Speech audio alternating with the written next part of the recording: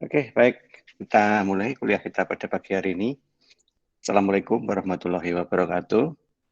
Waalaikumsalam warahmatullahi wabarakatuh. Waalaikumsalam warahmatullahi wabarakatuh. Alhamdulillah, pada pagi hari ini kita bisa bertemu. Suatu hal yang memang sangat menjadi nikmat, ya, karena bertemu itu adalah sesuatu yang akan menyebabkan banyak hal pada hari ini bisa kita lalui, bisa kita pahami, dan bisa kita mengerti. Walaupun pertemuannya juga belum terjadi secara normal, ya. Semoga semester depan sudah bisa bertemu secara normal, ya. Namun tidak mengurangi semangat untuk terus mencoba memahami dan mencari hal-hal baru dalam kehidupan kita. Oke, pagi ini di mata kuliah teori akuntansi kita akan melanjutkan pembahasan dari materinya sesuai dengan RPKBS. Hari ini kita akan membahas terkait dengan konvergensi PSAK kita itu ke IFRS. Apa itu konvergensi? Kalau kita ambil kata dasarnya adalah konvergen, ya. Konvergen itu adalah dalam bahasa Indonesia bakunya itu peralihan, ya. Peralihan. Atau kalau kita lebih simple atau lebih fleksibel, lebih luas untuk menjelaskan, itu disebut dengan konvergensi. Itu merupakan suatu usaha yang dilakukan oleh seseorang dalam rangka menyesuaikan terhadap ketentuan yang berlaku di bidangnya. Ya, kalau secara luas seperti itu definisi dari konvergensi. Nah, kemudian kalau kita pasangkan dengan PSAK dan IFRS, ya, berarti konvergensi di situ lebih dititik beratkan untuk mencoba menyesuaikan apa yang ada di PSAK itu dengan aturan-aturan yang ada di IFRS, ya. International Financial Reporting Standard. Seperti yang kemarin sudah sekilas saya singgung, bahwa saat ini standar akuntansi yang digunakan, ya terutama bagi perusahaan-perusahaan besar, ya, perusahaan-perusahaan yang memang sudah memiliki keluasan baik secara permodalan maupun secara pengelolaan itu antar negara, ya. Maka di sini membutuhkan kesesuaian standar akuntansi supaya laporan keuangan yang nanti dibuat itu tidak berbeda-beda. Karena semula sebelum adanya konvergensi itu, masing-masing laporan keuangan itu pasti disusun sesuai dengan aturan yang berlaku di masing-masing negara. Sehingga bisa jadi antara satu perusahaan dengan perusahaan yang lain, walaupun dia itu sama, ya satu kesatuan, hanya karena berbeda tempat atau berbeda negaranya untuk domisili, maka di situ terpaksa harus membuat laporan keuangan yang berbeda. Nah, padahal kita semua tahu bahwa laporan keuangan itu harus terkonsolidasi. Manakala perusahaan itu menganggap hubungan antar perusahaan yang ada sebagai induk atau mungkin anak, gitu. Nah, karena itulah maka jika standarnya itu berbeda, akhirnya kan sulit untuk membuat konsolidasian. Ya.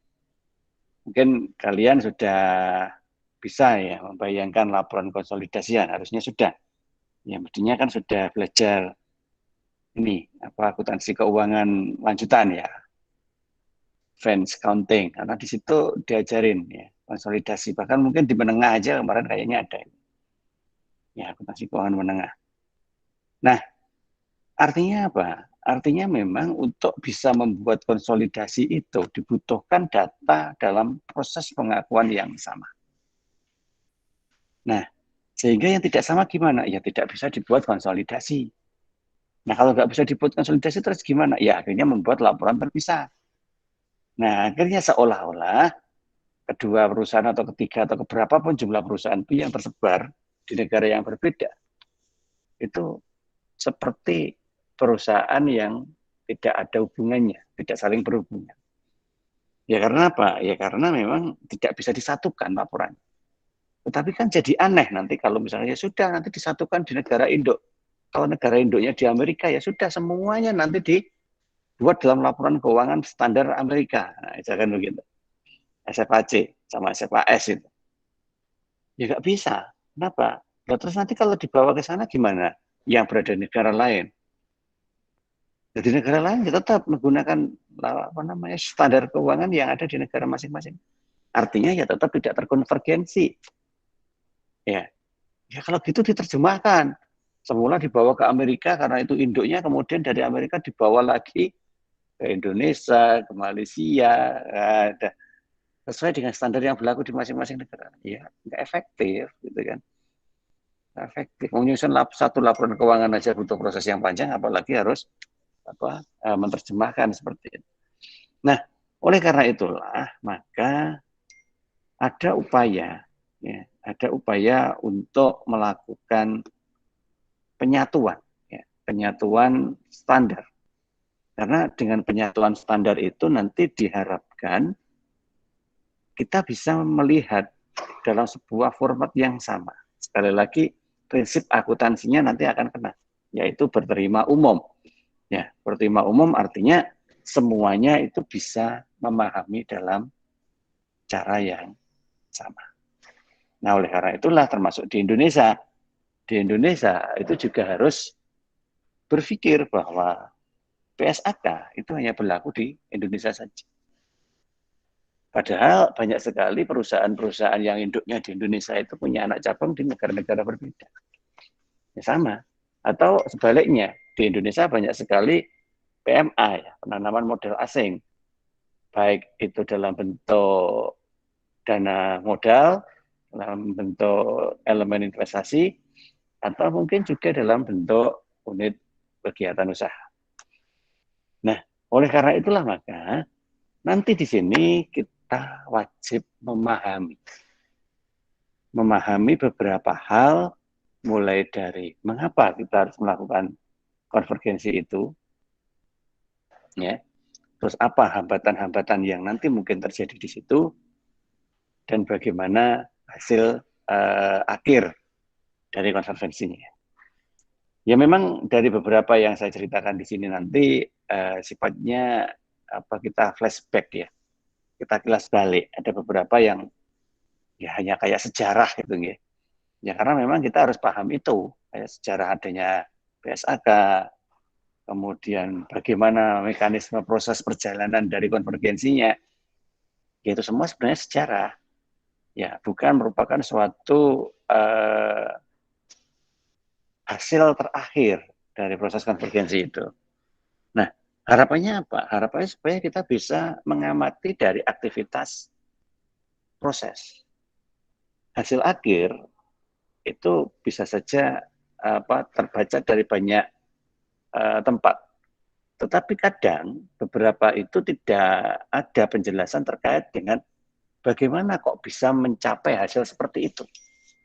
Nah, oleh karena itu kita belajarnya di sisi ini. Kita harus belajar terkait dengan apa alasannya, apa hambatannya, bagaimana prosesnya. Ya, karena namanya belajar di situ. Kalau hasil akhir ya itu berita. Nanti bisa dilihat deh banyak referensi itu ya. Bagaimana kondisi penerapan IFRS saat ini. Nanti silakan baca. Bahkan di Indonesia sendiri, ketika kalian misalkan melihat buku-buku akuntansi keuangan, itu sudah ada embel-embelnya sesuai dengan standar IFRS. Ya, artinya apa toh?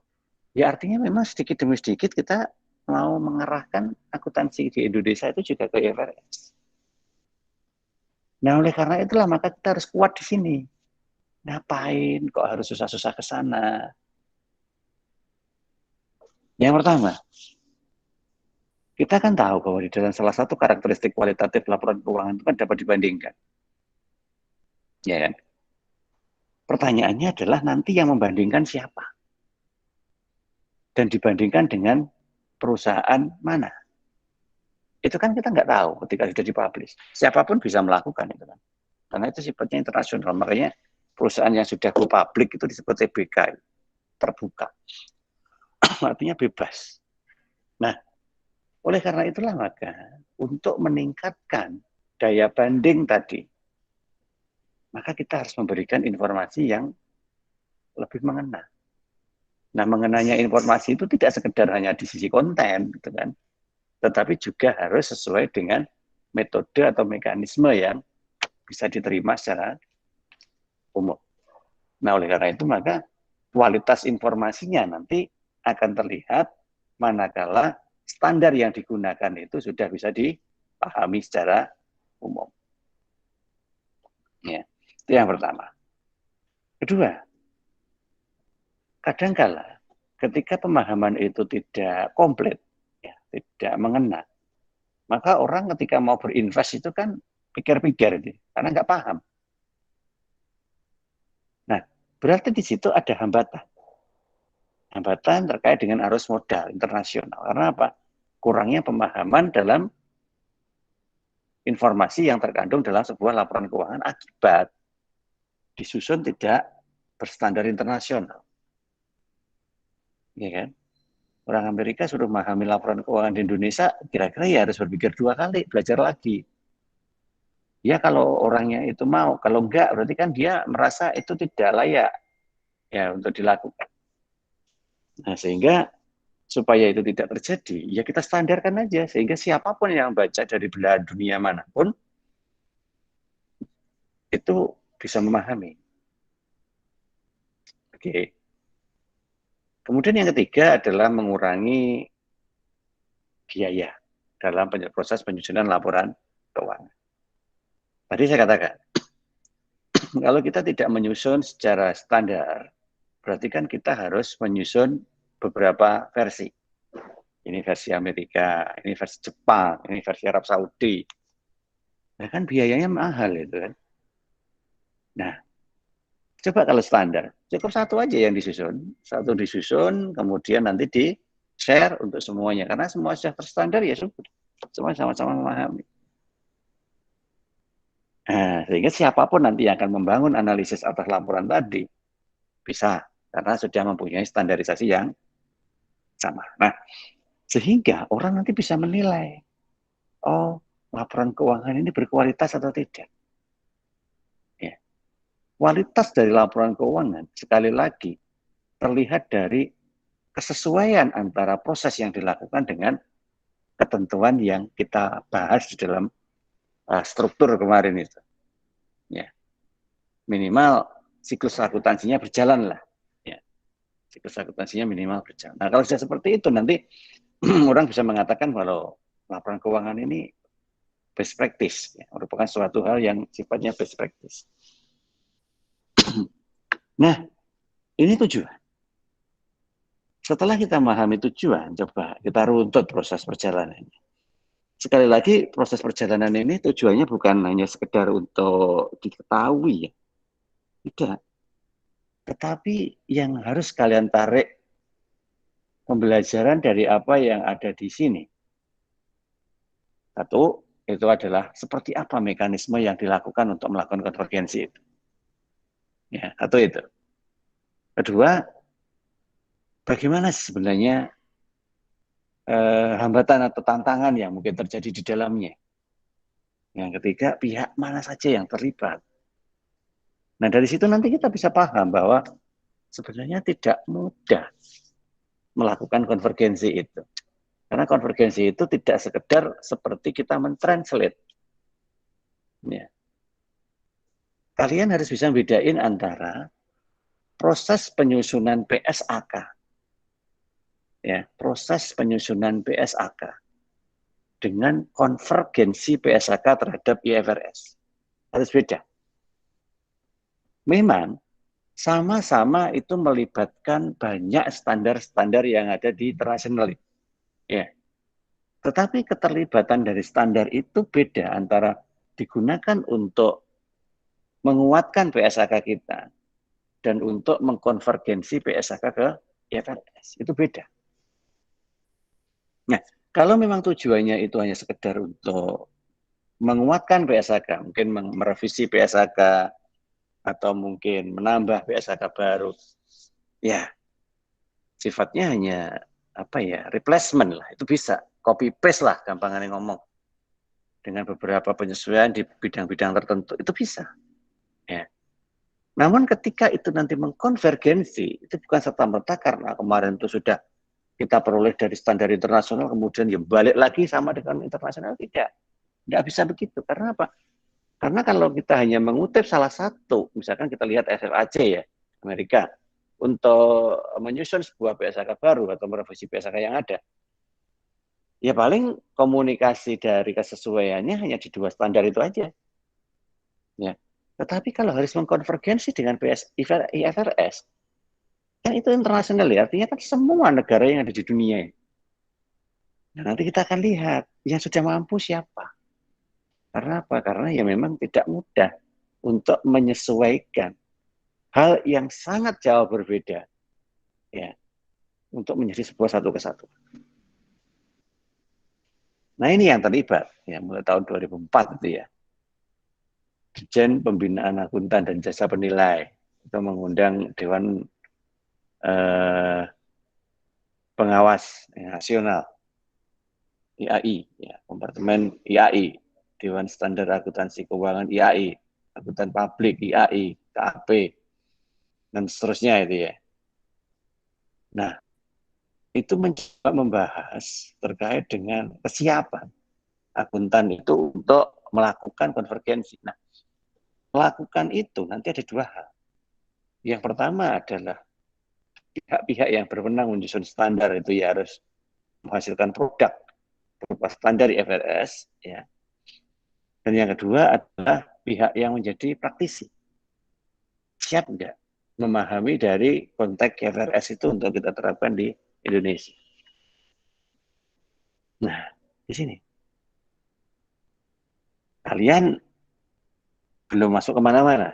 Ya, kalian masih akuntan pelajar ya, masih belajar ke sana. Tetapi kalian bisa memilih nanti. Kalau nanti jadi akuntan, di mana kalian berada, sudah perlu menggunakan IFRS atau belum, atau kalau belum, setidaknya kalau kita merasa usaha ini nanti akan berkembang maju, maka kita sudah mencoba menyiapkan menggunakan standar akuntansi yang ada di Indonesia yang sudah berbasis IFRS. Nah, ini.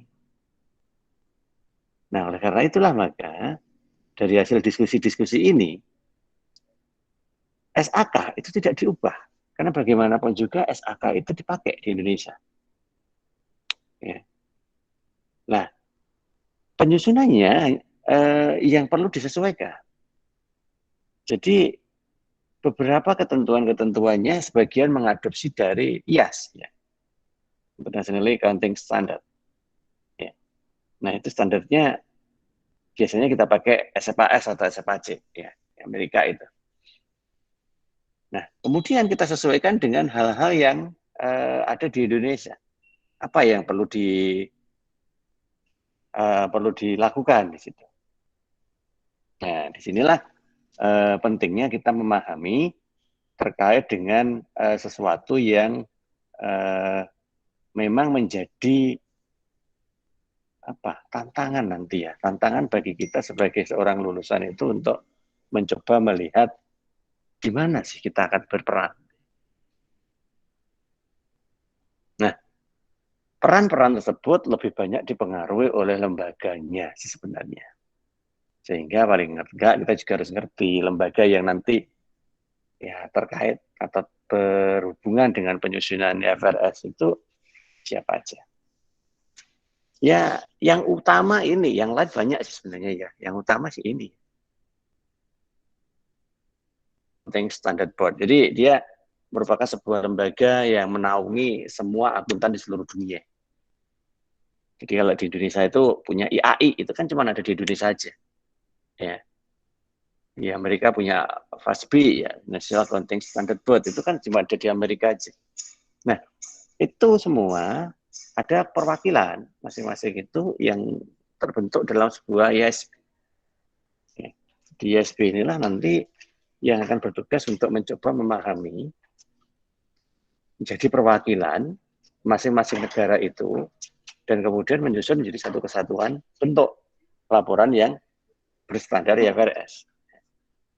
Kemudian didukung pula oleh ekonomi komite.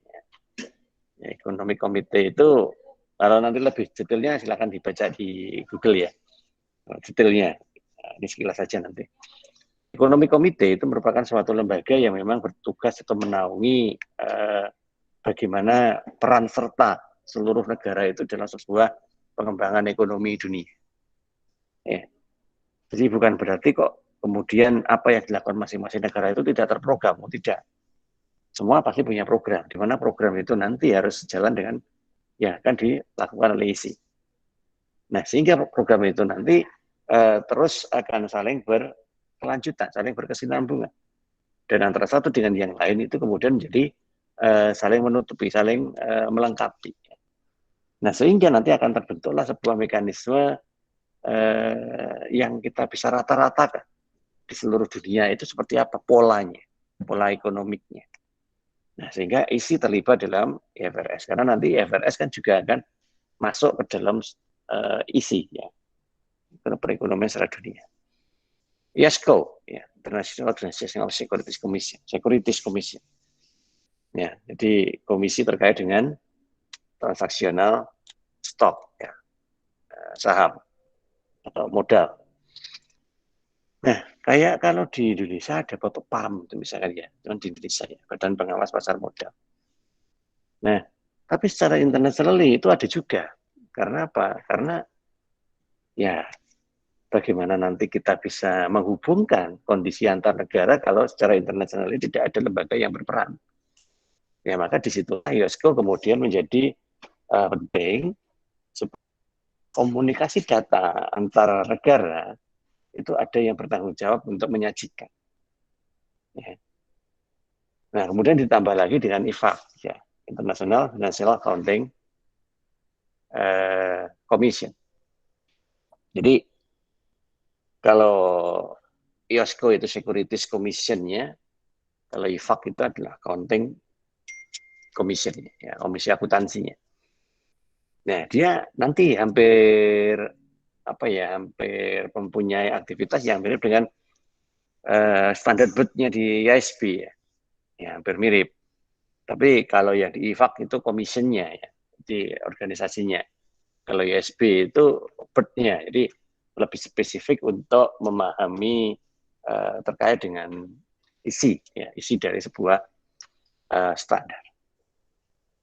Nah, melihat dari pihak-pihak yang berhubungan dengan standar internasional itu sedemikian rupa, tentunya kita juga sudah bisa memahami bahwa sebenarnya itu hal yang tidak mudah, kan?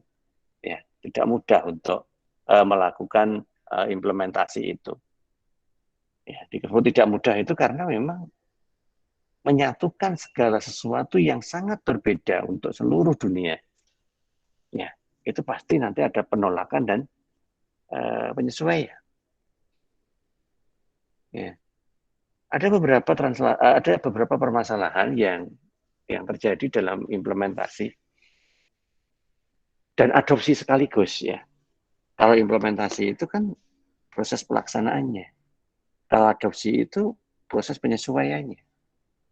Jadi ketika dia ngadopsi aja udah nggak bisa, itu ya, berarti kan pelaksanaannya juga nggak mungkin terjadi. Nah, nggak bisa itu kenapa? Bukannya nggak mau, gitu ya. Tapi karena memang kesesuaiannya itu tidak banyak, sehingga ketika harus dipaksakan sesuai itu juga sulit. Ya, rata-rata karena di dalam akuntansinya itu lebih dipengaruhi oleh budaya-budaya lokal. Contoh akuntansi berbasis syariah misalnya. Nggak akan bisa selamanya itu akan di IFRS kan. Nggak akan bisa. Sehingga suatu saat syariah itu nanti punya standar yang berbeda lagi secara internasional. Ya. Nah, oleh karena itu, maka negara yang sudah cenderung menggunakan akuntansi berbasis syariah, misal Arab Saudi, misalkan seperti itu ya, itu menjadi suatu hal yang sangat sulit untuk dicoba tarik menjadi salah satu anggota. Ya kenapa? Ya karena memang akuntansinya sendiri sudah tidak support untuk dipersatukan. Nah, sehingga translasinya di sini sulit gitu ya. Nah, melihat itu rata-rata yang dilakukan apa? Ya kalau secara lembaga yang bernaung di dalam standar akuntansi internasional tadi ya, setidaknya mencoba untuk mendekati dengan membangun konsep yang berbeda. Tetapi ketika kemudian masing-masing negara itu mempertahankan keunikan budaya lokalnya, misalnya Arab Saudi dengan syariahnya, atau Jepang misalkan dengan budayanya yang seperti itu, yang sepertinya tidak mau untuk disesuaikan dengan standar internasional, karena dia sudah mempunyai hukum sendiri secara nasional, yang itu menjadi keunikan dan menjadi warisan yang harus dipertahankan. Nah, maka negara-negara seperti itu rata-rata dia dari awal sudah bersikap untuk menolak. Ya, menolak. Nah, kalau menolak terus gimana? Ya sudah, kalau memang menolak berarti kan memang banyak hal yang menyebabkan itu tidak bisa dilakukan. Tidak bisa dilakukan karena memang bertentangan dengan hukum nasionalnya. Nah, ini yang terjadi. Sehingga negara-negara itu termasuk negara yang keluar dari standar IFRS. Mereka tetap bersikukuh untuk menggunakan standarnya sendiri. Nah, seperti itu. Ya. Karena memang sulit ya kalau kita bicara suatu hukum nasional itu yang harus berubah gara-gara penyesuaian secara internasional. Sulit. Ya kayak ya syariah tadi misalkan ya. Mana mungkin syariah kemudian harus disesuaikan dengan hukum sekuler. Enggak bisa, nanti lah enggak syariah namanya. Nah, seperti itu ya contohnya.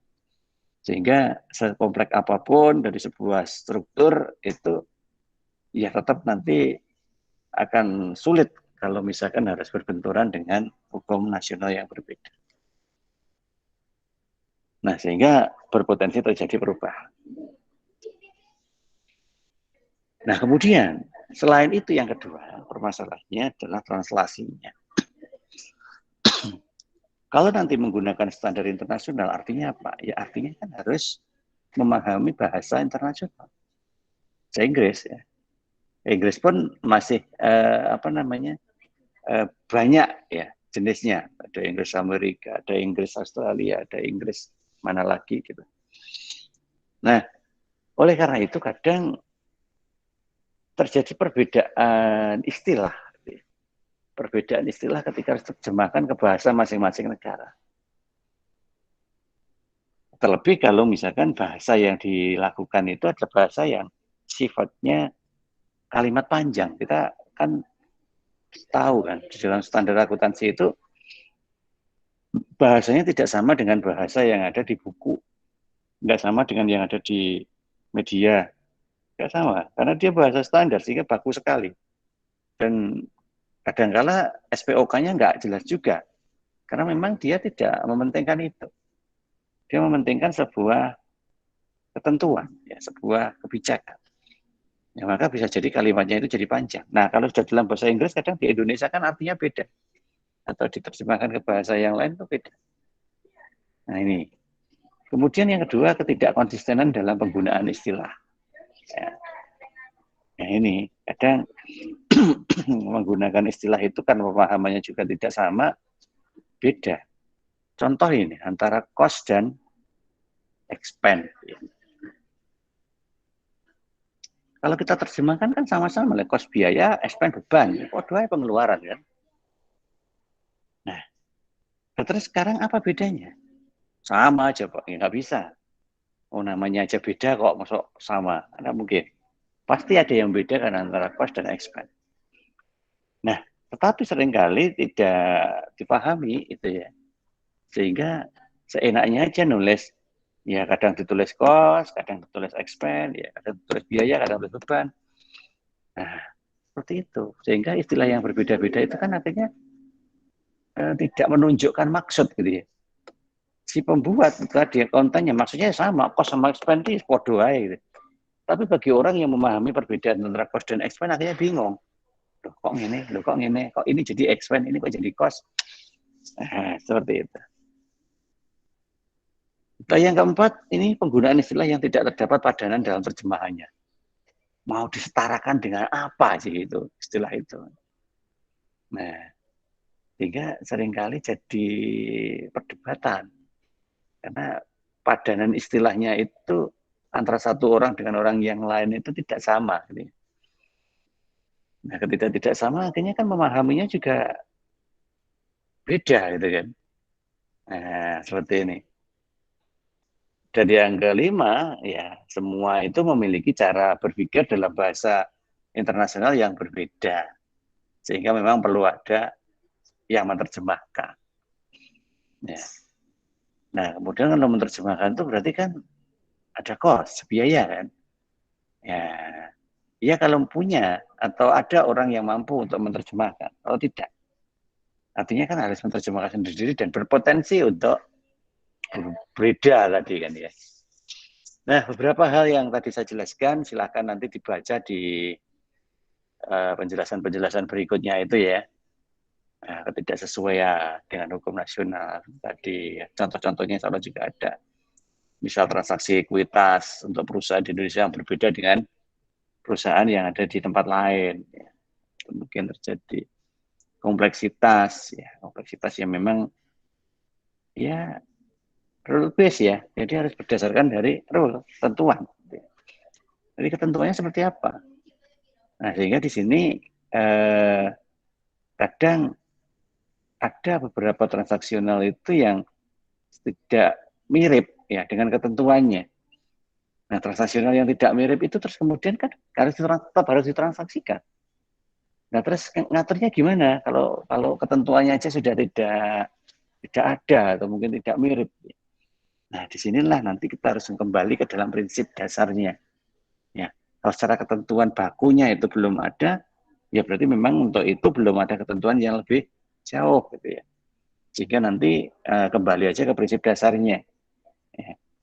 Prinsip dasarnya apa yang ada di situ? Ya, kembali ke struktur kemarin itu ya. Nah, di struktur itu kan kelihatan itu. Kalau secara teknis atau secara metode itu tidak ada atau belum mampu untuk dilakukan, ya naik di atasnya metode. Nah, prinsip dasar. Nah, kemudian frekuensi perubahan. Ya jelas berubah terus karena akuntansi kan dinamis ya.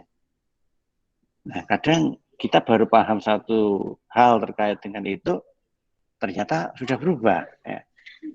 Nah, oleh karena itulah maka cara pahamnya ya harus sesuai gitu ya. Supaya apa? Supaya tidak terlalu lama untuk bisa memahami. Ya.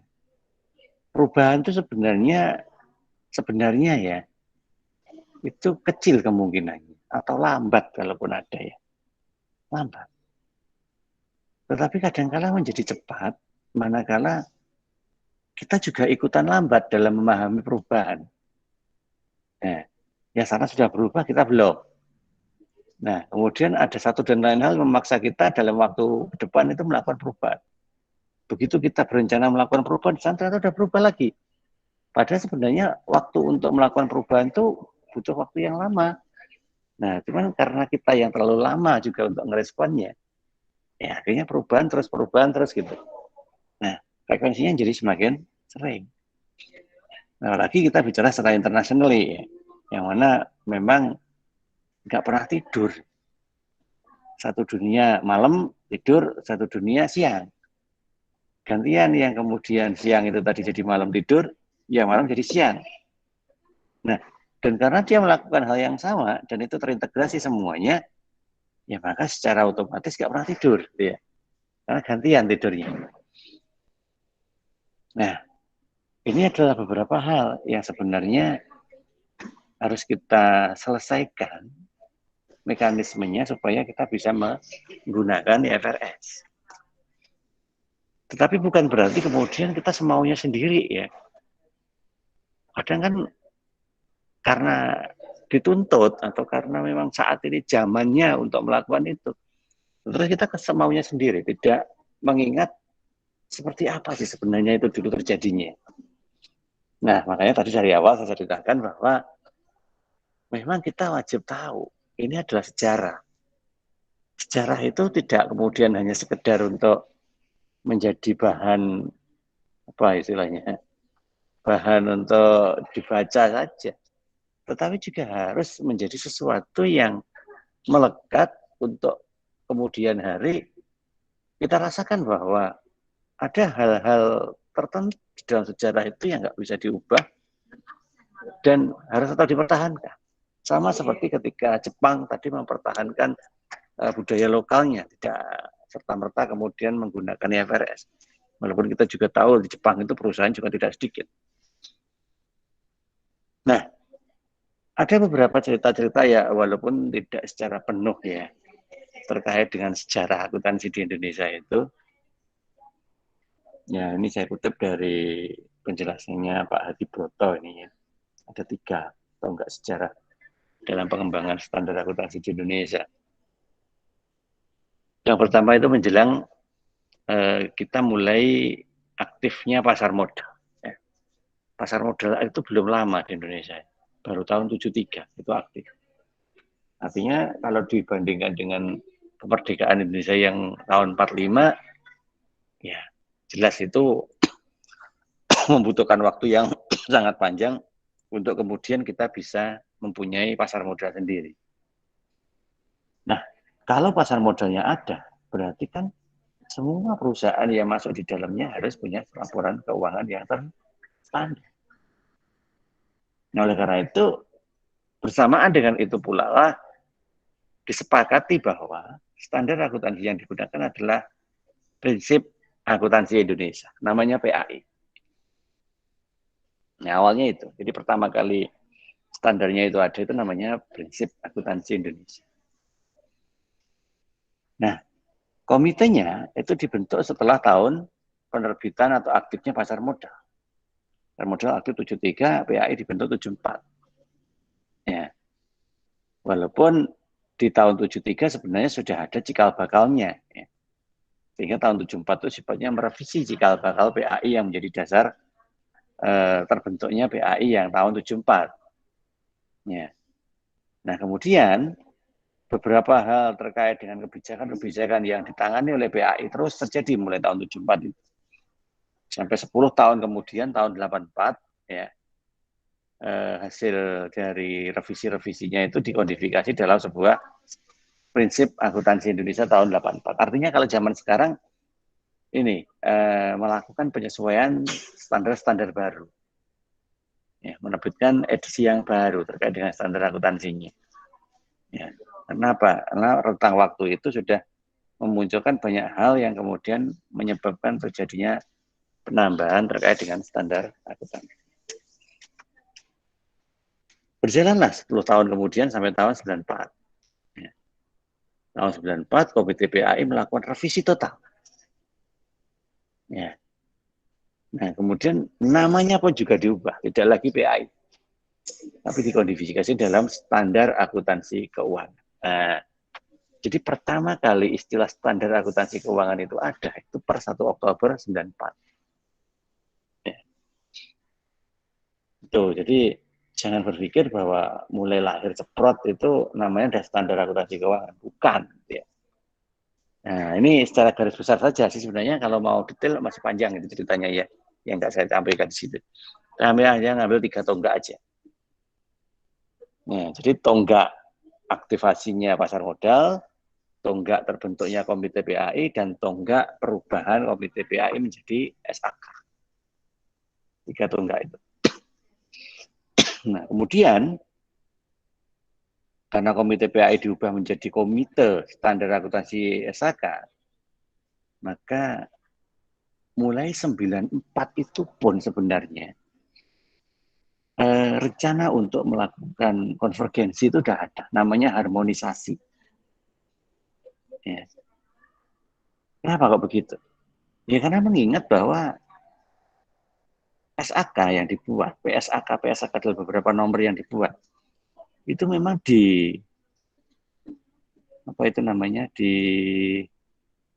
dibentuk atau mungkin diadopsi lah ya, diadopsi dari standar internasional. Yang tadi saya katakan dari SFAC, SFAS, di belakang kita coba lihat. Nah, karena sifatnya itu adopsi, maka sebenarnya kenapa enggak sekalian aja balik ke standar internasional? Wong yang di SFAC dan SFAC sudah sangat dekat dengan standar internasional. Nah, sehingga ya upaya sudah dilakukan. SK 94 direvisi ya pada tanggal 1 Oktober 7 nih ya. Oktober 5 atau 7. Nah, itu direvisi. Nah, kemudian sampai tahun 2002 ya terjadi lagi pergantian komite SAK. Ya, per 1 Juni 99 dan 1 April 2002. Nah, 2002 mengalami perubahan dengan menambah standar baru. Ya. Nah, itu akan kelihatan kalau kalian itu di perpustakaan misalkan yang melihat beberapa perbandingan antar standar, antar edisinya. Sehingga kalau kita bisa terjemahkan dari penjelasan ini, pertama kali standar muncul itu adalah tahun 2002. Ya, 2002 itu sudah terbukukan. Ya, 2002 kemudian berubah di tahun 2007. 2007 berubah lagi di 2012. 2012 berubah lagi di 2017. Nah, edisinya itu ya. Nah, setiap edisi itu terjadi penambahan draft PSAK baru biasanya. Terus nanti 2017 nggak tahu sampai tahun 2000 berapa pasti ada perubahan lagi. Tetapi seiring ke sini ya, itu semua sudah semakin mengarah kepada IFRS. Ya, karena memang kita sepakati bahwa kita nanti akan melakukan konvergensi ke sana. Nah, ada 3 hal yang menurut DSAK itu menjadi suatu hal yang sangat penting dalam pemutakhiran PSAK ke IFRS. Yang pertama jelas untuk mendukung harmonisasi dan konvergensinya. Ya, karena mengingat Indonesia itu sangat banyak sekali PMA, dana modal asing. Nah, di situ. Nah, kemudian ya faktor-faktor perusahaan yang ada di Indonesia yang memang perusahaan asing di Indonesia juga sangat banyak. Nah, jadi nanti biar mereka bisa melakukan konsolidasi karena perusahaan asingnya itu nggak hanya sekedar perusahaan besar, itu skala UMKM juga ada. Ya, banyak. Sehingga kalau tidak ada mekanisme untuk konvergensi, maka tidak akan ada konsolidasian. Atau yang terakhir adalah pengembangan SAK-nya yang mungkin belum apa ya istilahnya, belum muncul dalam IFRS. Ya, karena IFRS kan internasional ya. Jadi bisa jadi kondisi itu hanya ada di Indonesia saja sehingga munculnya hanya di Indonesia. Contoh ini, PSAK etap, entitas tanpa akuntabilitas publik itu di negara lain nggak ada, ya. Yang ada di Indonesia. Nah, sehingga bisa jadi nanti di Malaysia yang masih dekat dengan Indonesia akan membentuk itu. Nah, seperti itu. Sehingga apa ya, bisa jadi SAK itu menjadi pengembangan terkait dengan IFRS. Makanya saat ini etap belum di IFRS kan. Nah, ini ya yang tadi saya sampaikan, yaitu terkait dengan referensi penyusunannya. Ini awal ya. Jadi SAK yang awal itu cuma 59 nomor. Di mana referensi yang dipakai dari 59 nomor itu dari ini. Yang disusun IAS sendiri cuma 11. Ada yang dari IAS, ada FASBIS, teman, ada SFAC, SFAS, ya, Accounting Research, dan seterusnya. Nah, ini referensinya.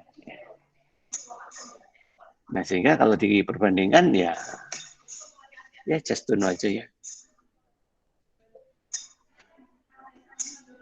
Oke.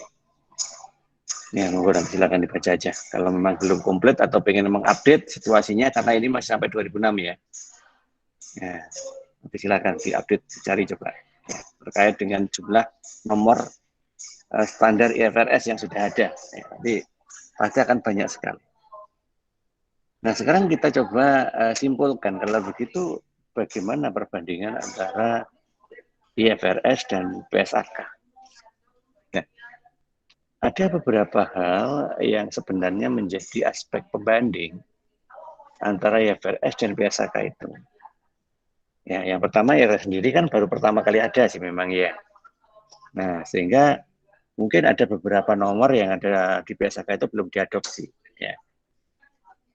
Kemudian standar yang digunakan di dalam IFRS itu posisinya adalah share based payment. Share based, beda dengan PSAK. Karena ini sifatnya share based payment, jadi lebih mengarah kepada payment yang ya sifatnya bisa dilakukan dari beberapa negara, ya. Karena memang tujuan dari apa namanya adanya IFRS tadi kan mengharmonisasikan segala sesuatu yang ada di beberapa negara tadi. Nah, sedangkan di PSAK ya karena memang konsep dasarnya itu untuk internasional ya, untuk lokal, maka ya mungkin tidak mengikuti apa yang ada di IFRS. Karena memang masih diizinkan segala sesuatu yang ada di PSAK dan itu dipakai untuk membackup aktivitas lokal dan di secara internasional itu tidak ada, ya sudah tidak perlu untuk bermigrasi ke sana. Contoh PSAK 53. Nah, 53 tidak mengadopsi dari IFRS ya. Referensinya SFAS malahan. Nah, kemudian tujuan dari IFRS itu adalah business combination. Jadi kan tadi saya katakan bahwa itu untuk apa? Ya, untuk bisa melakukan konsolidasi ya, menggabungkan. Nah, karena memang tujuannya ke sana, maka beberapa hal terkait dengan rencana-rencana penggabungan itu bisa dilakukan dengan menggunakan IFRS. Nah, di Indonesia masih ada beberapa PSAK yang memang tidak mengadopsi itu. Karena memang walaupun sama-sama menggunakan standar internasional, tetapi bukan IFRS, tapi IAS. Ingat, IAS sama IFRS beda ya. IAS itu sebenarnya cikal bakal IFRS. Tetapi bukan berarti kemudian itu jadi IFRS. Ya, itu tetap ada. Ya. Oke, kemudian yang keempat, insurance kontrak. Ya, jadi kontrak terkait dengan asuransinya. Di IFRS memang sudah ada terkait dengan itu. Nah, sedangkan di PSAK, ya itu ada di PSAK 28 dan 36. Dan itu tidak menggunakan basic dari IFRS, tapi menggunakan SFAS ya, dan regulasi di industri asuransi sendiri. Karena insurance kontrak secara internasional jelas itu beda-beda. Ya. Padahal kalau di dalam asuransi itu biasanya ada keunikan-keunikan yang hanya terjadi karena apa? Ya karena aktivitas yang ada di negara masing-masing. Gitu. Nah, seperti itu. Yang kelima, non-current asset, held for sale, and discontinued operation. Jadi ini current asset ya. Aktiva lancar. Tetapi aktiva lancar yang di sini yang dimaksud itu sifatnya non. Ya, artinya gini. Kalau kita bicara non-current asset, itu sebenarnya adalah bagian dari aktiva lancar yang sudah dikeluarkan. Ya, yang sudah dikeluarkan. Nah, rata-rata hasil pengeluaran dari current asset tadi itu masuk ke dalam aktiva lain-lain. Atau kalau ada fisiknya sih masuk di aktiva tetap. Ya, misalnya seperti itu. Ya. Misalkan gini, persediaan, misalkan gitu ya. Kadang ada persediaan, terutama untuk perusahaan dagang nih yang terjadi ya. Ada yang rencananya persediaan itu memang dipakai untuk dijual sebagai bahan barang dagangan. Katakanlah mobil gitu aja ya, katakanlah mobil. Dia memang usahanya adalah jualan mobil, pedagang mobil. Nah, karena dia menggunakan mobil itu sebagai bahan dagangan, maka dia masuk ke persediaan. Tetapi ternyata ada mobil yang memang tidak jadi dijual. Ya, apapun alasannya ya. Nggak tahu itu dipakai sendiri atau apa. Yang jelas itu dihapus dari persediaan. Nah, maka itu kemudian menjadi non-current asset held for sale. Nah, jadi dia dikeluarkan dari persediaan dan held for sale, jadi ditahan. And discontinued operation, dan tidak dilakukan proses berikutnya sebagai persediaan untuk dikeluarkan. Ya. Yang tahu apa tujuannya, tapi yang jelas dia tidak jadi masuk ke dalam persediaan. Nah, di sini juga kalau dilihat di PSHK-nya belum mengadopsi IFRS. Nah, dia lebih cenderung menggunakan IAS. Ya. Kalian boleh nyimak ya masing-masing PSHK itu sebenarnya isinya tentang apa. Silakan. Ya. Sambil kuliah seperti ini, tangannya ngetik Google PSHK 28 itu apa sih? PSHK 58 apa sih? Nah, ada seperti itu nanti pemahamannya bisa kompleks ya. Karena saya tidak akan cerita jauh, nanti nggak cukup waktunya kalau itu bicara. Nah, itu. Kemudian exploration and evaluation of mineral resource. Jadi ini ke perusahaan tambang terutama ya. Perusahaan tambang dan perusahaan eksplorasi sumber daya alam. Ini rata-rata mempunyai PSHK terpisah. Nah, namun perusahaan tambang itu yang ada di Indonesia itu sudah sangat majemuk. Dan setidaknya kayaknya itu sudah mulai menyalahi Undang-Undang Dasar 45.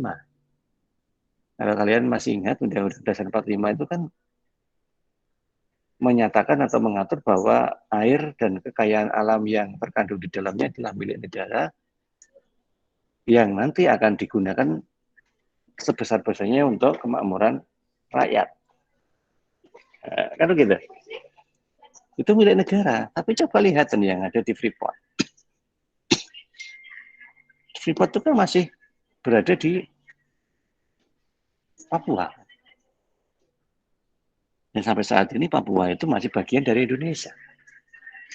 Ya. Nah, oleh karena itu maka di situ ada pengecualian, ada kontrak yang memang nggak tahu berapa puluh tahun melakukan exploration mineral resource di situ. Nah, sehingga kita tidak masuk ke dalam IFRS. Justru kita tidak masuk ke IFRS. Kenapa? Ya untuk menjaga supaya exploration of mineral resource di tempat lain nanti tidak mengikuti jejaknya Freeport. Sebab nanti kalau kita legalitaskan secara internasional, kemudian banyak sekali orang-orang asing yang datang ke Indonesia untuk exploration di situ. Sudah. Wong itu aja sudah kita keluar dari Undang-Undang Dasar kok.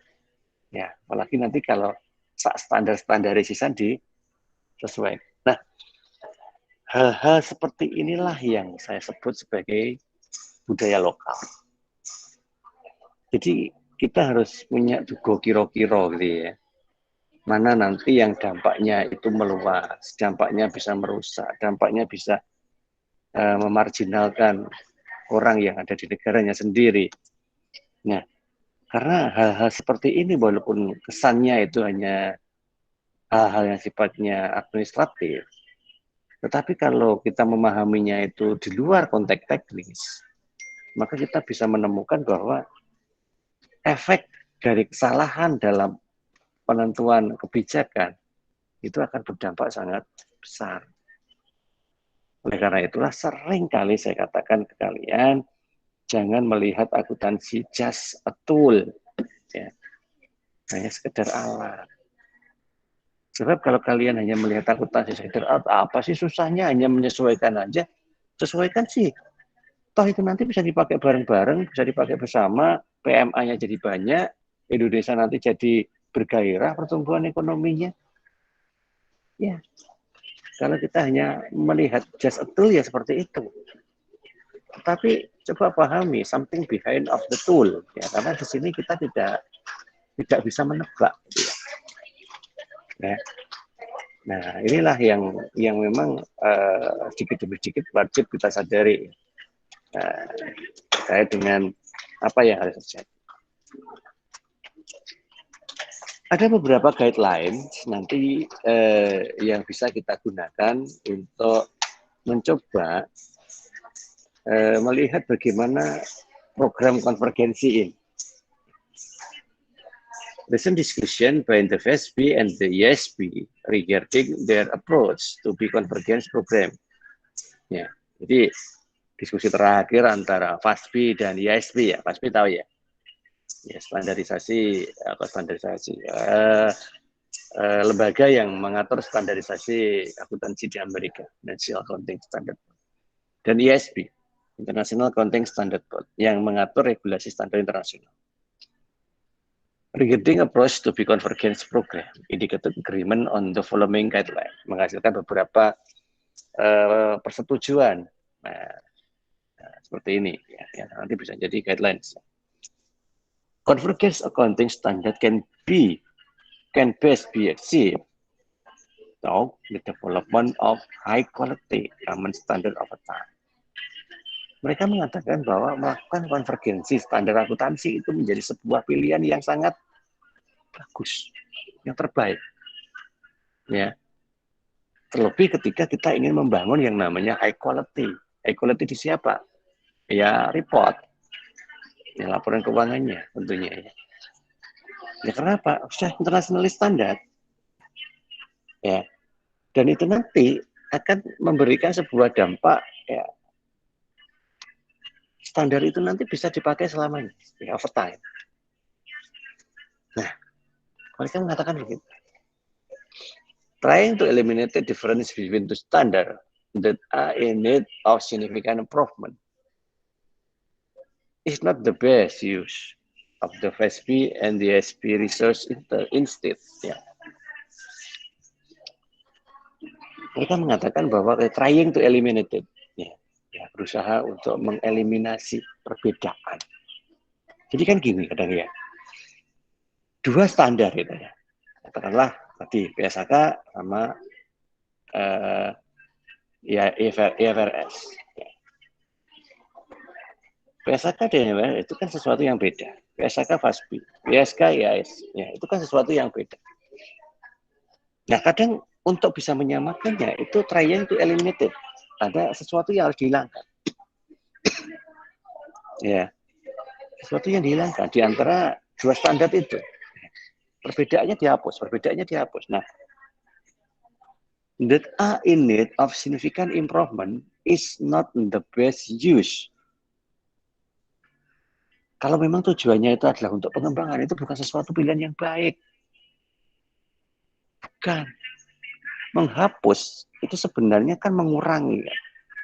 Dan kita kadang tidak sadar bahwa apa yang kita kurangi itu masih akan digunakan di kemudian hari. Makanya dia mengatakan bahwa itu bukan pilihan yang baik. Nah, dia mengatakan yang baik apa? A new common standard should be developed. Ya, jadi lebih baik develop the new standard, membangun standar baru yang mampu improve the financial information reported to investor. Ya, yang mampu untuk memberikan informasi keuangan kepada investor. Jadi intinya timbangan dandani sing wis eneng kuwi lebih baik buatan standar baru dengan mengacu kepada referensi yang berbagai macam itu. Nah, ini yang memang disarankan.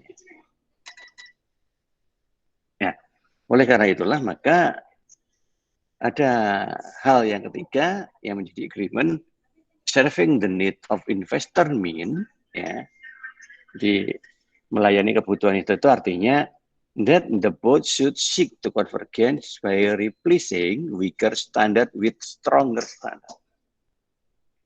Jadi bukan kok kemudian kita memodifikasi standarnya seperti itu, tapi replacing, ya mengganti standar-standar yang weaker, yang lemah gitu ya, dengan standar yang lebih stronger, lebih kuat. Nah, jadi begitu, bukan kemudian tambal sulam gitu. Nah, inilah kenapa kok kemudian antara FASB dan IASB itu sepakat tidak menggunakan IAS, tetapi membuat IFRS. Ya sudah ada IAS kan, International Accounting Standard, ngapain ada IFRS? Ya, tiga hal ini, ya, guideline-nya. Nah, oleh karena itulah nanti ada 5 ding ya, semuanya itu ya. Kalau pilihannya 4 sih, kalau untuk ke semuanya 5. 5 hal yang nanti menjadi opsi. Opsi itu nanti boleh dipakai sebagai step atau tingkatan ya. Tingkatan untuk memulai melakukan konvergensi. Ya. Tingkat yang tertinggi itu ya full adoption. Ya, full adoption itu adopsi penuh gitu kan. Ya. Suatu negara mengadopsi seluruh IFRS yang menerjemahkan word by word ya. Satu persatu terjemahkan adopsi ya. Nah, itu full adoption. Tapi yang bisa itu adalah negara yang memiliki ya ini apa kondisi ekonomi yang mirip ya, yang mirip dengan negara awal yang menjadi rujukan IFRS itu. Kemudian yang kedua ada yang namanya tingkat adapted ya. Adapted itu mengikuti semuanya tetapi disesuaikan lagi. Diadopsi semuanya sih. Tapi kemudian tidak diadopsi word by word tadi. Ya, tapi disesuaikan. Nanti yang nggak sesuai disesuaikan, nggak sesuai disesuaikan. Itu adapted namanya. Ya, atau mungkin kalau belum mampu semuanya ya perbagian aja atau piecemeal ya, piecemeal perbagian aja. Ya, bagian nomor aja, mungkin nomor tertentu apa yang sesuai, yang nggak sesuai nggak. Ya kayak tadi yang saya sampaikan di depan bahwa ada beberapa nomor yang memang tidak kita adopsi. Kayak PSK etap itu tidak kita adopsi. Ya, kita tidak pakai IFRS. Ya kenapa? Ya karena memang tidak ada yang bisa sepadan dengan itu. Maka kita pakai piecemeal. Kemudian ada juga yang hanya sekedar reference, ya. Reference itu ya apa ya? Paraphrase lah kalau istilah kalian itu ya. Memparaphrase ulang. Jadi hanya dipakai untuk referensi, kemudian dari referensi itu disesuaikan standarnya. Nah, jadi hanya sebagai bahan untuk pijakan. Pijakan yang minimal sudah mengarah. Nah, apakah ini nanti menjadi sebuah tahapan yang memang harus step by step? Ya, tidak juga. Yang penting ini adalah sebuah pilihan yang nanti bisa dipilih, diambil, mana yang paling sesuai dengan kondisi yang berlaku saat ini. Ya. Yang penting tidak di poin kelima, not adoption at all. Ya. Tapi ada juga negara yang tidak mengadopsi sama sekali, itu yang tadi saya katakan. Ya. Nanti kita lihat. Oke, nah kemudian strateginya ada 2. Ya, karena apa toh? Karena untuk konvergensi itu kan nggak mungkin toh. Kemudian kita serta-merta langsung bisa beralih ke model yang baru semuanya. Nggak mungkin. Ya, pasti nanti akan tetap dipakai model yang lama. Kalau tiba-tiba ganti kan bingung juga. Nah, makanya ada 2. Yang pertama strategi seleksi. Yang dilakukan dengan 3 target, itu mengidentifikasi standar yang paling penting. Kita mencoba mencari yang paling penting apa nih? Yang paling urgent dulu apa nih? Ini aja yang kita pakai. Nah, kemudian yang kedua kita melakukan adopsi. Ya, adopsi yang nanti bisa dipakai untuk mengembangkan yang ada di lokal. Dan yang terakhir baru melakukan konvergensi. Nah, jadi seperti itu. Jadi strategi selektif itu lebih menekankan kepada piecemeal, adapted, piecemeal, dan reference. Ya. Kombinasi dari metode itu. Ada di selektif. Kemudian yang kedua, strategi 2 standar. Artinya melakukan penggunaan 2 standar sekaligus. Nah, ini memang tidak efektif sih sebenarnya ya, tapi ada juga yang melakukan. Yang pertama, standar yang lama tetap jalankan. Nah, terus yang kedua, full adoption. Standar IFRS-nya itu full adoption. Sehingga ada 2 laporan dengan standar yang berbeda. Nah, ini namanya 2 standar ya. Nah, kemudian apa hambatannya? Nah, hambatannya ini. DSHK belum memutuskan, ya, Dewan Standar Akuntansi Keuangan itu belum memutuskan kapan sebenarnya kita melakukan konvergensi secara menyeluruh. Saat ini konvergensinya yaitu tadi, sebagian. Ya, kemudian terkait dengan dana, sumber daya manusia, undang-undang yang ada di Indonesia, ya, moral hazard yang mungkin terjadi di para akuntan. Ini tantangan, ya.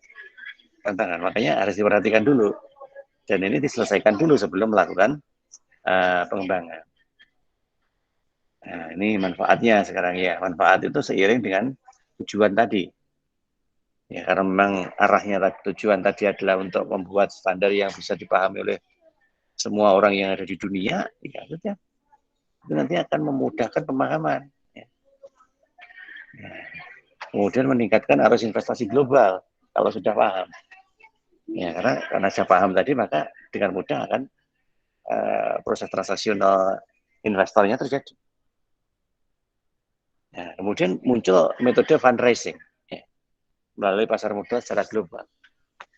Fundraising itu penerbitan dana-dana dari modal baru yang masuk akibat ketertarikan atau ada fenomena yang dianggap itu unik atau menarik untuk dikembangkan. Nah, sehingga modal-modal yang harusnya itu disediakan sendiri ya bisa tidak jadi gitu ya, karena lebih banyak bisa bersumber dari beberapa investasi dari tempat lain. Nah, sekarang tinggal kita batasin aja. Tempat lain itu adalah masih di dalam skala lokal NKRI atau mungkin sudah membuka ke negara yang lain. Nah, itu nanti harus dipertimbangkan juga efeknya, karena efeknya bisa panjang. Efisiensi penyusunan, oke. Kualitas laporan, oke. Nah, ya mungkin kalau mau ada yang meneliti silakan. Dampak penggunaan atau pengaruh dari penggunaan, biasanya kan begitu. Standar akuntansi berbasis IFRS terhadap kualitas laporan keuangan. Bagus, belum pernah ada. Ya, silakan. Di Ponorogo yang belum pernah ada ya, kalau di kampus lain banyak sih sebenarnya. Nah, itu manfaatnya. Nah, perbedaannya apa? Ya, pengakuan pengukuran, penggabungan usaha, beberapa pengakuan. Ya jelas lah. Ini teknis ya. Ini teknis. Jadi ya just to know dulu aja lah. Karena kita belum pernah memakai itu, jadi ya bayangkan teknisnya agak sulit memang. Yang jelas sekedar tahu dulu aja lah. Nah, perbedaan yang dimaksud di sini itu perbedaan yang bagaimana sih? Manakala semula kita memakai standarisasi PSHK, kemudian berganti menjadi IFRS. Ya, itu maksudnya. Ya. Oke, ini lewat dulu aja. Nah, kita lihat aja dulu untuk data. Ya, mohon maaf juga datanya itu udah terlalu lama ya. Nanti coba diupdate ke. Ya. Jadi 92% negara yang ada di dunia itu plan to adopt or convergence with IFRS. Jadi hasil survei ketika itu memang 92% negara-negara yang ada di dunia ini berencana untuk melakukan adopsi atau konvergensi. Sisanya yang 5% itu ya no current intention, jadi tidak peduli. Ada yang tidak peduli. 3% itu ya, yang benar-benar siap ya. Ya. Jadi waktu itu ya, tapi sekarang posisinya udah beda itu. Nanti coba dicarikan lagi ya. Jadi kalau ada yang bisa mencari, kemudian ada data yang baru, silakan nanti disampaikan ke saya untuk mencoba ini mengimbangi data yang lama. Silakan. Oke, itu. Kemudian data berikutnya terkait dengan strategi yang berbasis konvergen. Ya, di figur nomor 2 ada 57% government atau regulatory requirement. Jadi sebenarnya lebih mengarah ke governmental ya. Ini justru malah ke pemerintahan. Pemerintahan yang menyetujui regulasinya. Ya, yang 15% itu formal plan. by the accounting standard setting body. Jadi ya ini biasanya yang akuntan perusahaan-perusahaan di luar pemerintahan ini 15%. 28% itu yang lain. Ya, nggak ada definisinya yang lain apa. Ya. Kemudian data berikutnya menunjukkan bahwa approach to convergence. Ya. Kalau tadi kan plan-nya ya, sekarang approach-nya. Metode untuk konvergensinya itu 58% itu replacing ya. Jadi ya mengganti ya.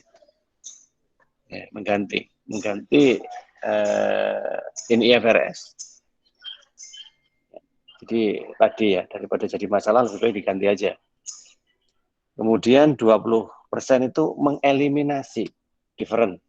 Jadi membuat penyesuaian dengan menghilangkan perbedaan antara yang lokal dengan yang IFRS.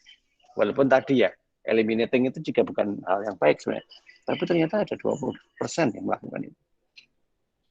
Nah, 22% itu adopting international GAP on a standard by standard. Jadi, piecemeal.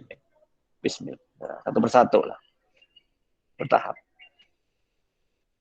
Tuh, seperti itu strateginya. Nah, sekarang yang menjadi hambatan, yang paling tinggi, yang 51% itu complicated nature, ya, or particular style. Jadi, ya, nature, budaya, ya. Budaya yang sangat kompleks, yang kemudian tidak sesuai dengan standar yang ada di IFRS. Ya memang sulit untuk menyesuaikan kebiasaan. 47% itu tech driven, ya dasar perpajakannya tidak sesuai. Aturan perpajakannya itu tidak sesuai dengan yang ada di IFRS, jelas. Karena perpajakan itu kan per negara juga beda, belum ada yang namanya perpajakan internasional ini. Sama, ya jadi masalah nanti di pajak. Itu ada hambatan juga. Disagreement with clean signifikan IFRS. Jadi yang tidak setuju disagreement dengan apa yang sudah dibuat oleh IFRS saat ini. Ya macam-macam itu masalahnya. Kenapa nggak setuju? Infusion guidance or first time application IFRS. Ini petunjuk yang tidak lengkap ya. Ketika pertama kali application on IFRS. Jadi masih meraba-raba gitu ya. Kira-kira gini. 30% limited capital market ya, dibatasi oleh pasar modal. Ya. Jadi mungkin regulasi yang membatasi. 21% satisfaction with national accounting standard among investor. Ya, sudah menak orang kono itu, sudah puas dia. Ya, wis penak nang kene nyapu ganti-ganti. Udahlah, pakai ini aja. Nggak mau orang yang ganti, karena udah nyaman di situ. Ya, 18% itu ya masalah translation. Ya. Mudeng bahasanya. Ya, seperti itu. Nah, ini hambatan. Ya, semuanya jadi hambatan. Di potensi-potensinya seperti itu. Ya bagaimanapun juga itu harus kita pikirkan. Ya. Karena bagaimanapun juga, karena memang kita mau mengarah ke sana, ya harusnya itu terselesaikan. Nah, negara yang disurvei ini kemarin ya, termasuk Indonesia. Yang tidak tersurvei itu, ya tadi yang karena budayanya terlalu unik gitu ya, Saudi, Jepang, Islandia. Islandia itu memang punya budaya yang mirip dengan Jepang, unik gitu ya. Tidak bisa masuk ke sana untuk surveinya. Nah, nanti silahkan perbedaan masing-masing ya. Yang Europe seperti apa, ya, others, masing-masing mempunyai regulatory yang berbeda-beda. Silakan nanti dicek. Nah, Indonesia gimana Indonesia? Indonesia termasuk di luar itu ya. Nah, Indonesia termasuk itu. Tapi secara prinsip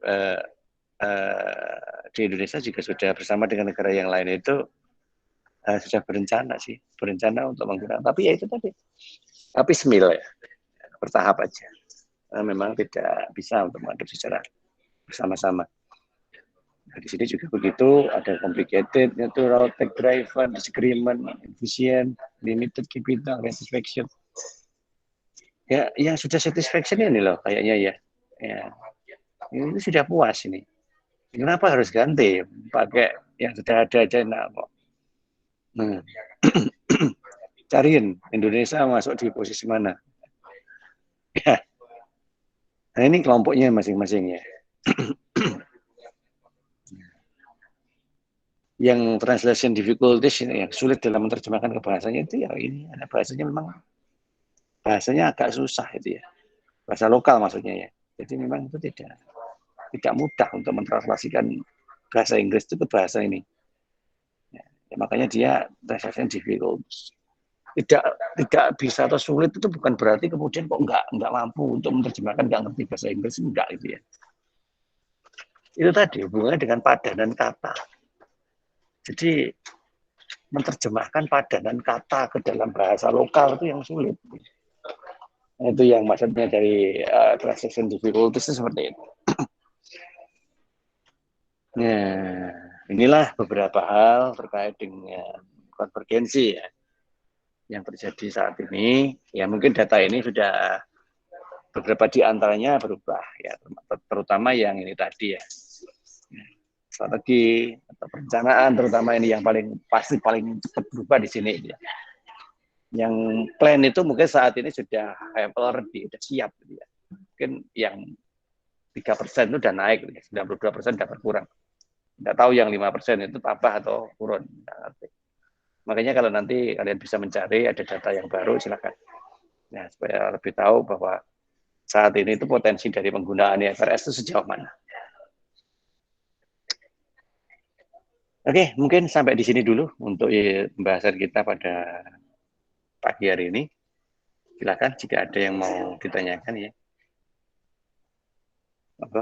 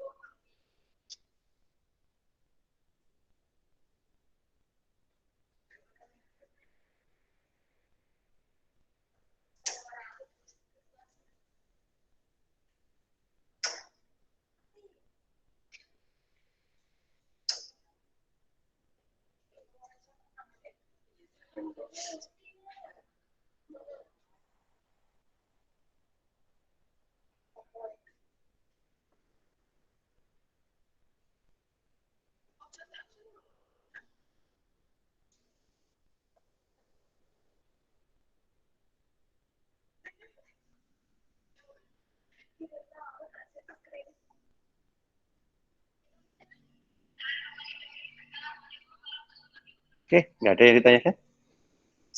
Oke, baik. Kalau memang nggak ada yang ditanyakan, kalau kelamaan tak tunggu tidur malah ya.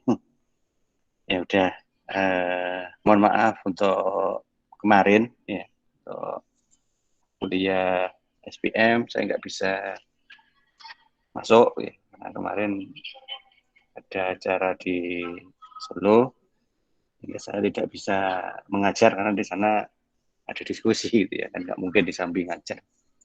Kalau mau dicari penggantinya, monggo silakan. Kalau mau dicari hari pengganti, monggo silakan.